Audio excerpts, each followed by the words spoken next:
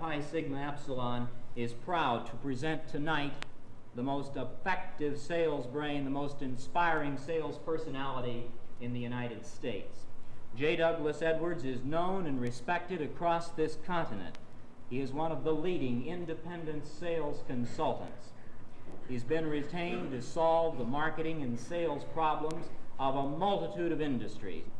Doug has represented every firm from real estate to insurance, from executive aircraft to industrial valves, from electronic brains to new homes.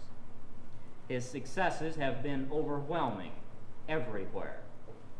As a speaker, he's eagerly sought after by sales executive clubs, by service clubs of all types, by real estate boards, by trade associations, you name it. He's most important, however, as a man whose methods make sense, good common sense. May I present now to you the man whose life is dedicated to seeing that you, as salesmen, make more money than you have ever made before. Doug Edwards.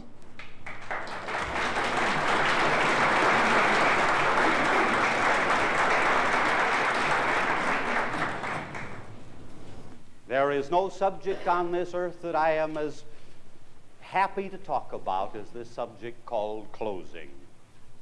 These closes are going to require that you actually go through the hard-headed process of learning them. Now, I'm not kidding. You've got to learn them. As you will see when we get into some of these advanced closes, the words themselves are very critical. But let's start now talking about the basic close. This is the most fundamental of all closing devices. First of all, how many times do you take no for an answer before you believe it? Let's be honest. Once? Or do you usually hang on twice? Now here's an interesting truth. We measured not too long ago 100 salesmen who earn $100,000 a year or more in selling. These are great, big-time pros. And we found that these greatest of closers averaged their close on their 5th closing attempt. And when we find that the average salesman knows 2 closes and uses 1, is there any question why we have so many peons in this business? When do you start closing? This is very simple. The minute you open your mouth. Because the whole sales process is nothing but one big close. I think of all the questions I'm asked by salesmen, and believe me, I've asked all kinds of questions. The one that is most commonly asked is this next one. Doug, when do you close? I am a professional trainer. I have trained tens of thousands of salesmen across this country and through Canada. And I must, in complete honesty, tell you that I cannot tell you when to close. Every salesman who is a great salesman has something we call a closing instinct. You don't have to point out when. He knows when. Now, I can't tell you when, but I can tell you how to learn when. There's only one way in this world you'll ever learn when to close, and that's by closing too soon and too often. That's right. If you keep on doing what you've been doing, closing too late and too seldom, you'll never learn to close. You learn to close by closing too soon and too often, and this way you develop a closing instinct. Now let's talk about the basic close. This is the most fundamental of all closing devices. This is number one close always by every professional salesman that I have ever known. It's called the order blank close. And I am sure that any man in this room or woman who is successfully selling is using it. because you can't succeed without it. In order to use the order blank closed, it's a very simple process. You ask a man a question, the answer to which you fill out on your order blank, contract, agreement, whatever your closing form is. You don't say, well, shall we go ahead? You simply ask him a question and fill out the answer on your order blank. Now, what kind of questions do you ask? Obviously, first of all, what is your correct full name, sir? And you fill it out. Your correct mailing address or shipping address or delivery address or whatever. Now, do you realize that as long as he doesn't stop you, he's bought? Is that right? You assume that he's bought. All you do is to fill out the form. What do you do when you get to the bottom of this thing? You've got the whole thing now filled out. You just ask him one question after another until you've filled out the whole order form. What do you do when you get to the bottom? Not sign it. What's wrong with this word sign? What have you been told about signing things?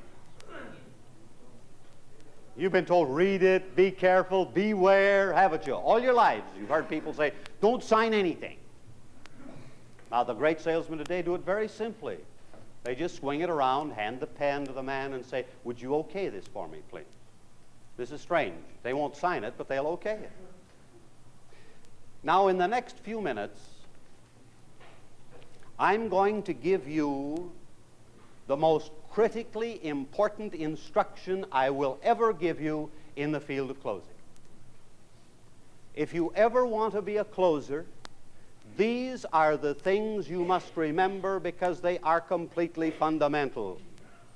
First of all, do you understand what a closing question is? Let me define it. A closing question is any question you ask, the answer to which confirms the fact that he's bought. What is your complete name, sir? What is your mailing address? What was the shipment date? Any of these things. These are closing questions, aren't they? Now, here is the critical instruction. Whenever you ask a closing question, whenever you ask a closing question, shut up! Shut up!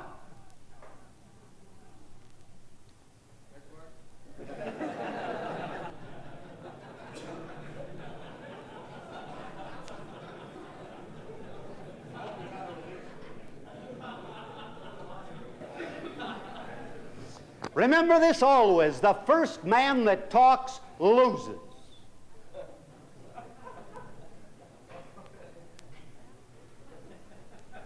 And this is true. When you ask that closing question, you shut up. I remember years ago, I was training for a major corporation. I was running a training class in New York City. A whole series of them. And I got to this point in the training, and for some reason, I never did quite know why, just before I got to this point, the president of the corporation came walking into the back of the room. And I let go the way I usually let go, and hey, Prez went about 3 feet in the air. He lit on both feet, turned around, walked right out of the room. Well, for the entire balance of that week, whenever my phone rang, I jumped. But nothing happened. Next week, I was running another session, and he must have gotten hold of the schedule, because just about the same time, he comes walking back into the room. And so I let go again. This time he was anchored. He didn't even budge.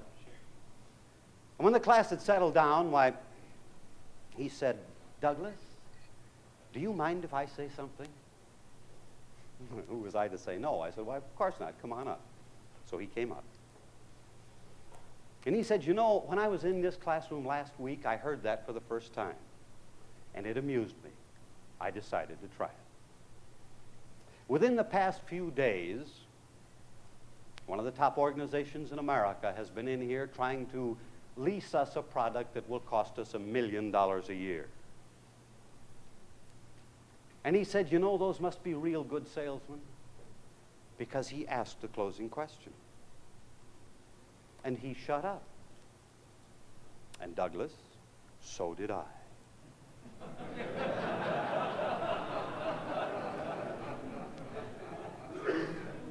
He said, by my watch, there wasn't a sound in that room for 20 minutes.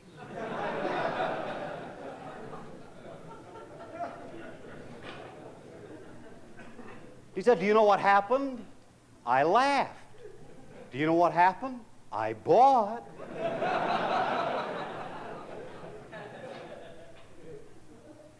Now, this is critical. You see, if you shut up, only one of two things can happen. Number one, he goes along with you. Or number two, he gives you a reason for not going along. As a salesman, you can cash either one, can't you? But what happens to you?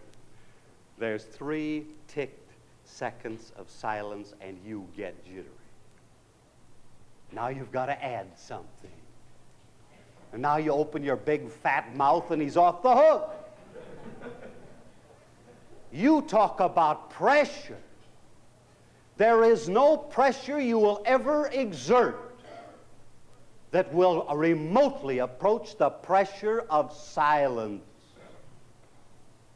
And I don't care how long you sit there.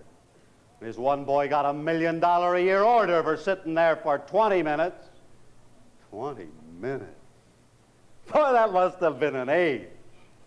But I submit these 2 words, shut up, are the most important words you will ever learn as closers. Now, there are all kinds of alternates of choice. You always give him a choice between buying this, buying that, buying this way, or buying that way. Now, why don't you give me some alternates of choice that you can or do use in whatever product you're selling? Come on, let me hear from you. Do you want your premiums monthly or annually? The only word I object to is pay. What's wrong with the word pay? Or invest. Yeah. Now, this is alternative choice. This doesn't say, are you going to pay premiums? You assume they're going to pay them. The only question is, how? How about some other alternates of choice? Come on. Cash or credit. Cash or credit card. Excellent. Deluxe or standard. Do you prefer the deluxe or standard? How about some other? Which color do you want? Now give them the color. Only 2. White or gray? Which do you prefer, the white or the gray? Stick shift or automatic? Standard or Ethel? Pardon? Standard or Ethel? Standard or Ethel? Excellent alternative choice. Always start them out, however, with this phrase, which do you prefer? Puppy dog. You know how you sell a puppy dog? It's very simple. Let someone have it overnight. Is that right? This is the way you sell a puppy dog. Now, many products are sold this way. I met a few months back a fantastic guy who sold more color television sets in 1959 than any color television dealer in the United States of America. He was in a small suburban town in the prairie Midwest, operating in a little garage-size store. And yet he sold more color television sets than anyone else in the nation out of that little store. You know how he did it? He did a lot of good advertising that was designed to generate people walking into his place of business. Not price advertising, by the way. When they came in, they always stopped to look at a color television set. And he walked up to them and he said, I imagine you've been wondering whether your family could live with one of those things or not, haven't you? You know, there's a lot of families that just can't get along with color television sets. Tell you what I'll do. I wouldn't let you have one of these unless you knew that your family could live with it. So I'll send one out. It won't cost you a dime. I'll just send it out and let you take a look at it. What is your address? And he'd send out the color television set. This character revoked everything I teach because he never closed. He put the set in. 3 days later, he called them on the phone. And he said, "Can I come out and readjust the set, or is it operating all right?" They were expecting a close and didn't get one.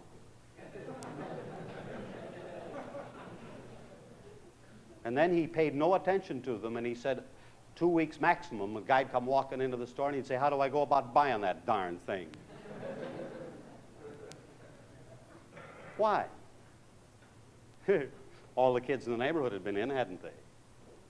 They'd had all their friends in, hadn't they? Could they now say they sent it back?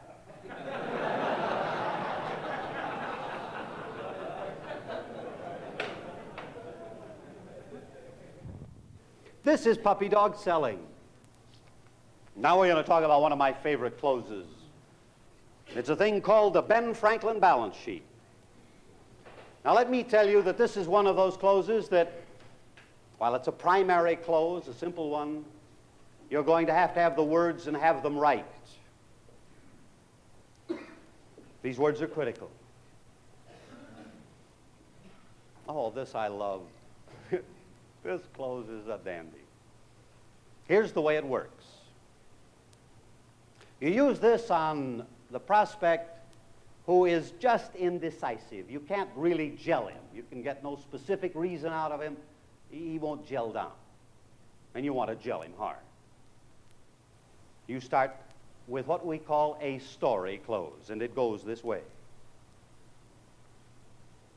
As you know, sir, we Americans have long considered Benjamin Franklin one of our wisest men. Whenever old Ben found himself in a situation such as you're in today, he felt pretty much as you do about it. If it was the right thing to do, he wanted to be sure and do it. If it was the wrong thing, he wanted to be sure and avoid it. Isn't that about the way you feel? Here's what old Ben used to do. He would take a sheet of plain white paper. Now you take a sheet of plain white paper.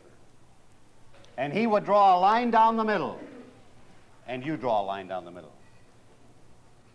And on this side he wrote yes, pointing to the left-hand column. And on this side he wrote no, putting that at the top of the right-hand column. And then here, pointing to yes, he would list all of the reasons favoring his decision. And here, pointing to no, the reasons against it. When he was through, he simply counted the columns, and his decision was made for it. Why don't we try it and see what happens? Now you swing the paper around, put it in front of him, hand him your pen and say, let's see how many reasons we can think of favoring your decision today. And now you give him all the help in the world. How about this? How about that? Don't you think this ought to go in? Don't you think that ought to go in? If you're half a salesman, you can plug this to 20 or more. I can always wind up on the back of the page. And then when you get to the no area, you just say, well, now let's see how many reasons you can think of against it, and you shut up.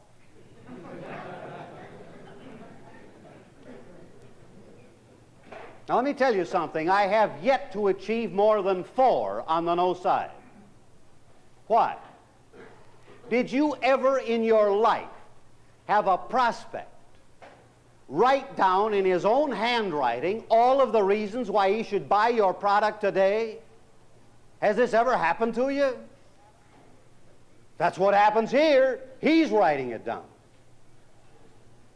And you realize what's happened to his mind? You start him on the yeses, and he can't switch fast enough to know. to think of more than 4. And then all you do out loud is to start counting the yeses. 1, 2, 3, 4, 5, 20, 21, 22, 23. Well, that's 24 on this side. Let's see what we've got over here. 1, 2, 3. Well, the answer is pretty obvious, isn't it, sir? By the way, what was your correct mailing address? This is a dandy. But you need the Ben Franklin validation to make it work. And just as an aside, you will find this in Poor Richard's Almanac. I'm not kidding. Summary questions. This is an inversion of the Ben Franklin balance sheet. This, however, is oral. Again, to be used on the procrastinating client who can't quite give you a reason for not going along but just isn't going. Now, this is what we call a negative yes close. By this I mean, in this close, we allow him to say no. But every time he says no, he means yes. Now, you always start it this way. Just to clarify my thinking, sir. You're the idiot. He never is. Just to clarify my thinking, sir. What is it that isn't quite clear to you? Is it the integrity of, and here you name your company? No, he says. Is it my personal integrity? No. You see, his no means yes, doesn't it? And now you start summarizing all of the facets of your presentation, one question at a time, by asking him, is it this? Is it that? And the last thing you get to is money, by the way. That's way down here. Is it this? Is it that? Is it that? Is it that? Is it that? Is it that? Well, now each time you is it, and he says no, you've got a yes, haven't you?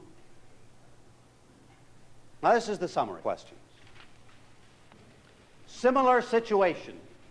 This is the old darling of the insurance industry, unfortunately too long gone from the industry.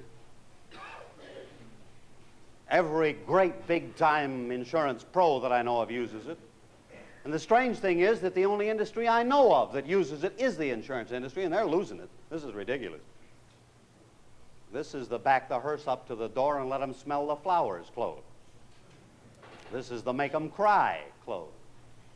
And this applies to almost any product I know of. Make them cry or make them wish that. How many times in your lives have you had an insurance salesman start closing you this way? You know, it was just a couple of weeks ago. I was sitting in a home just down the block here, a little ways, very much like yours, young couple, just like you sitting in there with me. And I was trying to make a presentation to this young couple to try and point out to them how critical insurance was to their very lives. And they had a little daughter, I'd say she was about, maybe 3.5, 4 years old, a little blonde kid, real cute, but kind of, obstreperous. First thing she did was climb in her father's lap, and he shoved her off, and then she climbed into their mother's lap, and he shoved her off, and next thing I know, she was climbing into my lap, and here I was trying to sell insurance to her parents, and I couldn't shove her off, but her mother finally came to my rescue, and she picked this little girl up and spanked her a little behind. She went crying out of the room. Well, I didn't sell these people that night. And just yesterday morning, I picked up the paper, and I cried. Because that mother and father had just been killed in an automobile accident. And I'm haunted by it, not because of the mother and father, but all I can think of is that child. That child who was so desperate for affection that she crawled into the lap of a stranger. You see what I'm doing?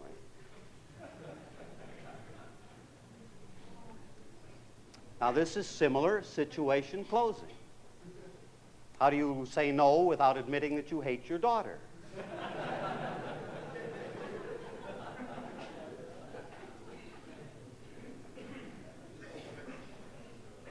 Now, just as effective is the similar situation in which you define someone else's happiness or success because they did own your product.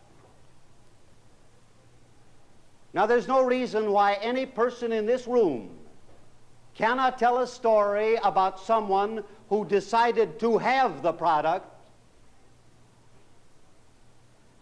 and achieved a happy result that was rather unexpected. You see, what you do is to put them in somebody else's place so that they imagine that it's them. Why should this be limited to insurance? We've sold aircraft this way. We've sold homes this way. Now we're going to try and sell electronic brains this way by telling them stories about somebody who made the right decision. And hot dog, I look good because he made that decision. I can make it and I can look good too. This is similar situation, storytelling. And we've lost storytelling and selling. But people love stories.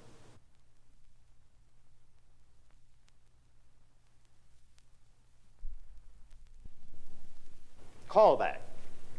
First of all, let me start this callback thing by telling you this. There is no such thing as a good callback close. Now, I know what you do now. Guy says to you, I want to think it over. I want to sleep on it. And you say, well, all right. And then you go. And then a week or so later, you come back and you walk up to the door and you punch the doorbell or you walk into his office. And the first words you say, you jerk you are, well, did you think it over? And he says, yes. No. Now, before we're through here tonight, I'm going to teach you how to handle I'll think it over. I'm going to teach you how to cash it. So that whenever he says I'll think it over, instead of saying, oh, hell, you'll say hot dog. But before we get to that, I want to give you an idea of the only thing you can do to save a callback situation that I know of. When you walk in to see this person that you have to call back on for a decision, you start out by saying, I'm very sorry, sir,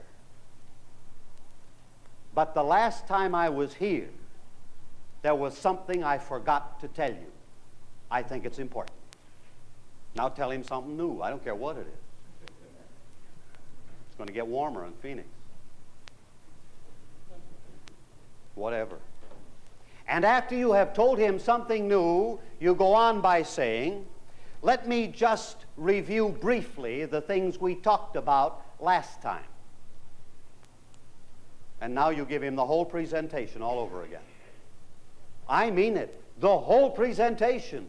The only difference being that this time you occasionally say, as you remember, you will recall, we said that, we agreed that, but give him the whole presentation. And go into a normal closing sequence. And don't ever ask him if he thought it over. Lost sale. A high percentage of this lost sale close you've probably heard. Because for endless years, sales trainers have stood on platforms just like this and have trained part of this lost sale close. It was theoretically perfect. Only one problem. Didn't work. Salesman after salesman got real enthused. He'd go bouncing out. That's a dandy. And he'd die with it. I was in this booby trap. You love to talk about it because it's one of those things that's perfect theoretically. One time I had a salesman who was a whole lot smarter than I was. He took this lost sale close and he put a switch into it that made it work. Old hat. And it works. With the switch. This is the close to be used when you've lost it. This is to be used when everything else you've tried has failed. He's red in the face, his fists clenched, or you ran out of steam and quit. This is old hat. Pack up. And as you get to the door, stop, hesitate, turn around. This is still old stuff. Then you say, pardon me, sir. I wonder if you'd help me for a moment. Old stuff, old theory. It didn't work, but it's old theory. Here comes the switch. The salesman developed it. Before I go on, This is part of the close. May I apologize to you for being so inept a salesman. You see, if I had been able to make you feel the way I feel about, for example, this home, you would have owned it now. Your children would be planning to play in this backyard, out of the dirt. Your wife would have been anticipating this wonderful kitchen. But your children aren't going to have this yard to play in. Your wife is going to keep on working in that old kitchen and cleaning that old home. And I want you to know that I know that it's all my fault. And I'm truly sorry. That's the switch. Now we go back to Old Hat. As you can see, I have to make my living this way, just so I don't make the same mistake again. Would you mind telling me what I did that was wrong? Boy, they'd tell this boy. And he'd say, "Oh, didn't I cover that?" Boom. And he was right back in. Now, everything about this is Old Hat except the apology. Let me ask you something. Did you ever apologize for not making a sale? Let me tell you something. If there's a need for your product and the purchasing capacity is there, and if they didn't buy it, it is your fault, nobody else's. Don't go around blaming stupid prospects. This is the fault of stupid salesmen. If they have a need or desire, if they qualify, and if they don't buy, it's your fault, not theirs. And you ought to apologize. And by the way, this word. But let me tell you something. When you use this apology, you better mean it. If you're at all cute about it, they'll toss you out in your ear. But if when you apologize to them for being so inept a salesman, if you mean it, and you should mean it, if you apologize with sincerity, you'll find this lost sale close gets you sale. Secondary question. A great good friend of mine who was once a salesman of mine selling an intangible business service. Toughest product in the world to sell. Tougher than insurance, tougher than advertising. The toughest of all the intangibles is business service. He used to use this secondary question close, and he used it magnificently. And he used to use it like this. When he was ready to close, he'd say to a man, "As I see it, sir, the only decision you have to make today is this. Do you want this for the 2 or the 3-year term? By the way, do you want to use your pen or mine?" What did he do? What did he do? Why is this a great close? And this is as great a close as you'll ever hear. What did he do? Let me repeat it. Now, as I see it, sir, the only decision you have to make today is this. Do you want this for the 2 or the 3-year term? By the way, do you want to use your pen or mine? What did he do? I'm sure there was alternative choice there, but that wasn't a simple alternative choice, was it? Here's what he did. He posed the major question. Now, as I see it, sir, the only decision you have to make today is this. Do you want this for the 2 or the 3-year term? But he didn't give the man a chance to decide, did he? He immediately followed it with a minor decision. By the way, do you want to use your pen or mine? Do you realize that when the man made the minor decision, the major decision was carried, wasn't it? Now, this is secondary question closing. You pose the major question. But before they get a chance to answer it, you immediately give them a minor alternative choice. When they make the minor alternate, the major alternate automatically carries. Sharp angle. This you save for that situation. When someone says to you about your product, "Can it do this? Can it do that?" Will it do this for me? Will it do that for me? And now use sharp angling by saying, do you want it if it does? Now remember, you must be able to do it. But in the process of making a sale, you hear this quite often. Someone says to you, well, will it do this? Now use sharp angling. Do you want it if it does, instead of you're simply telling him, why, sure, it'll do that. This is what you've done before. Now use sharp angling. Do you want it if it does? Will this cure warts and dandruff? Do you want it if it does? Now, when he agrees that he wants it if it does, you have your sale made upon proof, haven't you? But if you simply go ahead and prove that it does, you have no confirmation and no sale. This is sharp angling. Now I'm going to get into the two most important closes probably that we'll have here. Closing on a final objection, and I'll think it over. I've always called these two closes my $10,000 combination. Because if you master these two closes, your income will increase by at least $10,000 a year, and I'm not kidding. Of course, this is the point at which I usually say anybody in this room who does not want an additional $10,000 a year may hereby leave. Nobody ever goes. Closing on a final objection. Now let me set the scene for you. Normally, when you reach for your first close, a man seldom says no.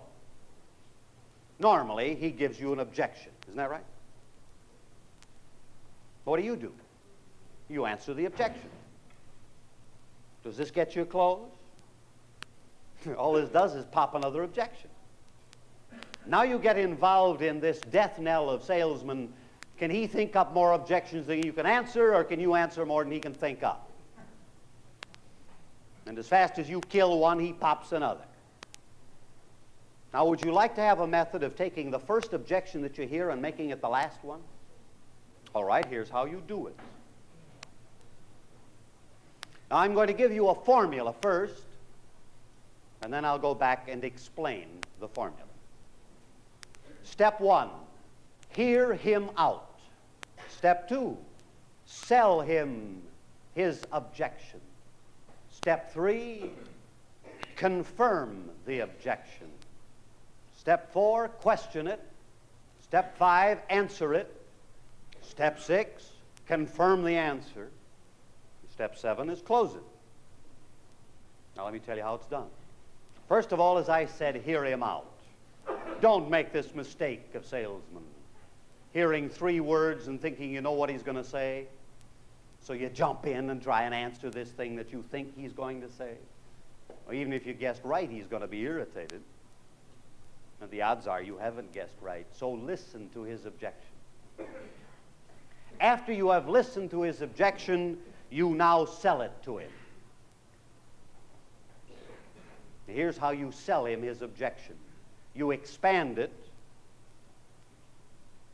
and you look defeated. You've got to look licked. Well, as I understand it, sir, you feel that the gas mileage on this car just isn't good enough to save you the amount of money that you think you have to save on the operation of an automobile. And what have I done? I've looked a little defeated. He said, I don't get enough gas mileage on this car. I expanded it. I looked a little licked, and now I confirm it. Now, that's the only thing standing between us, isn't it? I mean, if it wasn't for this darn gas mileage thing, why, you'd go along with me today. Is that right? If he says yes, he's dead, isn't he? Now, if you look a little bit defeated, he now says yes, because he doesn't want to hurt your feelings. Honest, he doesn't. So he says, yes, that's right. If it wasn't for that, why, sure, I'd go along. All you have to do is look licked. I like the car. If that was, he'll watch him. He'll get right in there and he'll grab this bait if you look licked. Now, what's the next thing you do? You question it. You confirmed it by getting him to agree this was the only thing standing between you. And you question it by saying, and again you take the blame, just to clarify my thinking, sir, why do you feel this is so impossible in terms of mileage? And now you shut up. Why should you do that? Why should you ask him about this objection he just gave you? Huh? What are you going to gain? You'll find out if it's the real objection, number one. Anything else you might gain?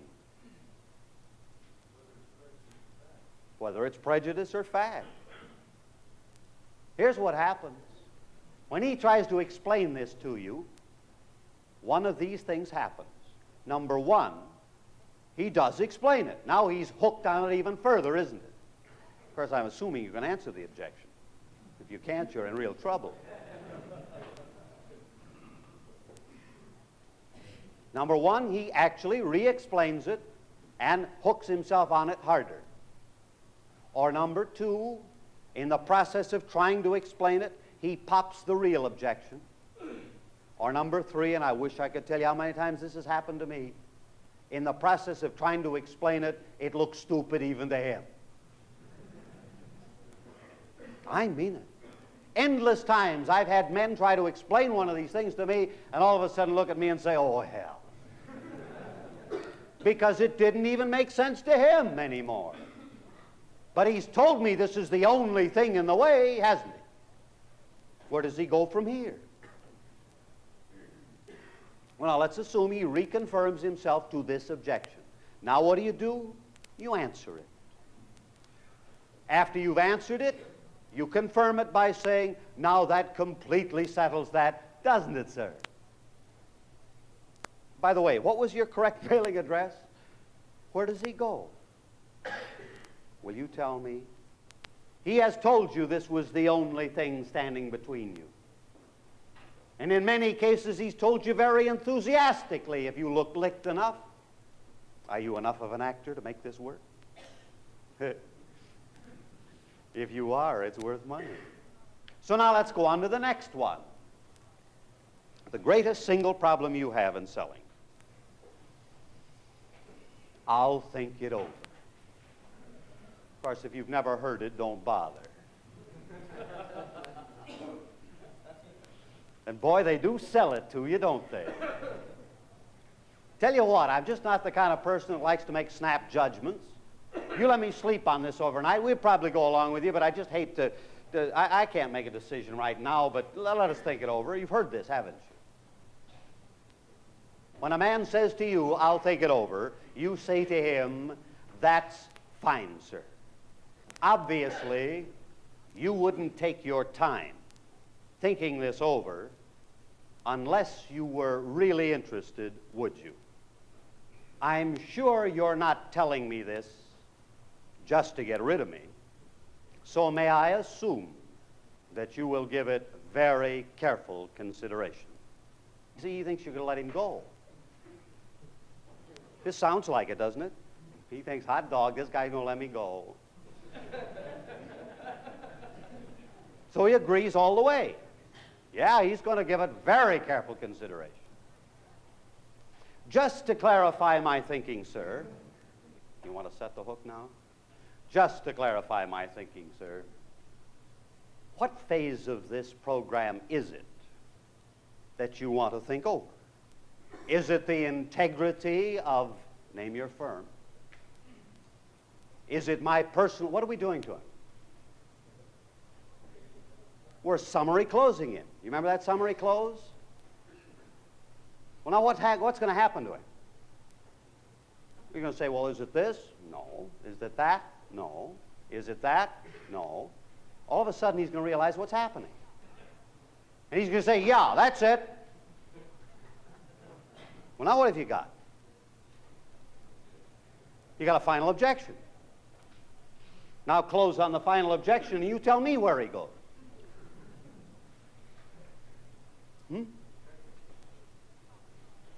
You see, the problem with I'll think it over is a very simple problem. There's nothing to get your teeth into. What you have to do is to take I'll think it over and reduce it to a specific objection. Because you can handle an objection. You can't handle an intangible. Now, in this I'll think it over close that I just gave you, there is one point where if you stop for breath, you'll blow the whole bit. You think you can find that point? Come on. Call it out. No, careful consideration is not it. That's fine, sir. No, you can stop for breath there. Would you? No. Just to get rid of me? No. He's got it. What phase of the program is it, sir, that you want to think over? Is it? You see, if you say, what phase of the program is it, sir, that you want to think over? He says, the whole thing, and you're dead.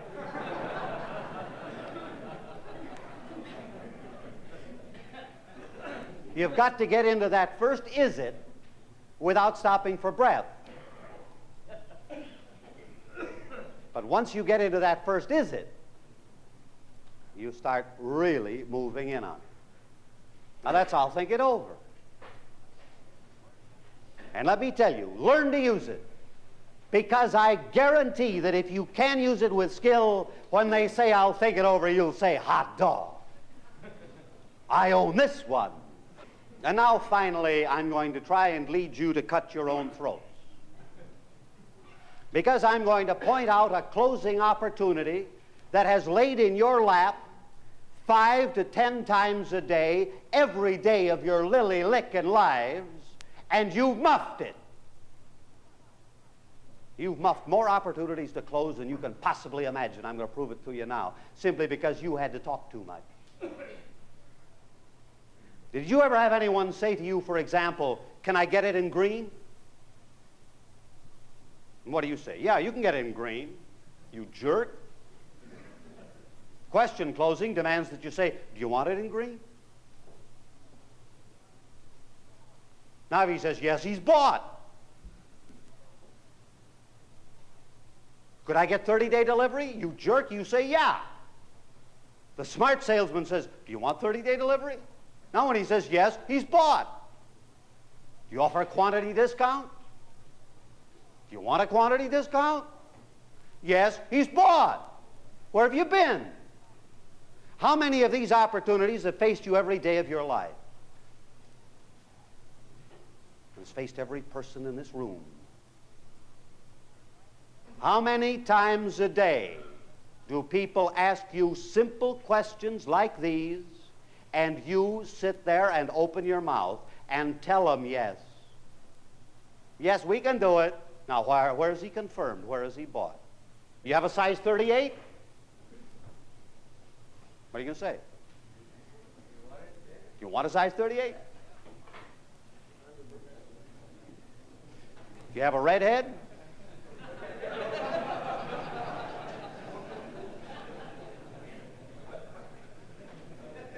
Do you have a larger size? Do you see my point? This is something you cannot ignore, and if you will just mentally listen to today, in the process of selling your day's work, I'll bet you can find at least 5 of these opportunities that you muffed today.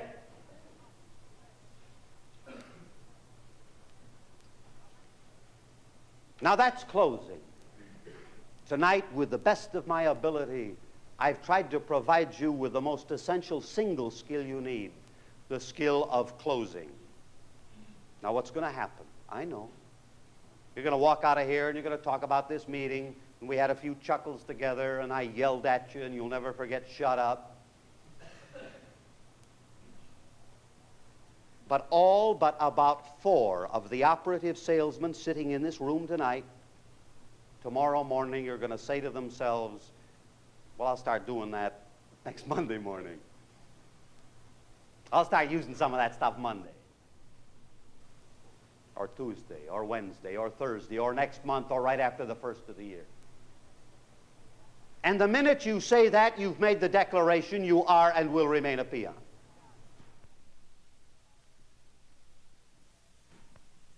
Thank you very, very much.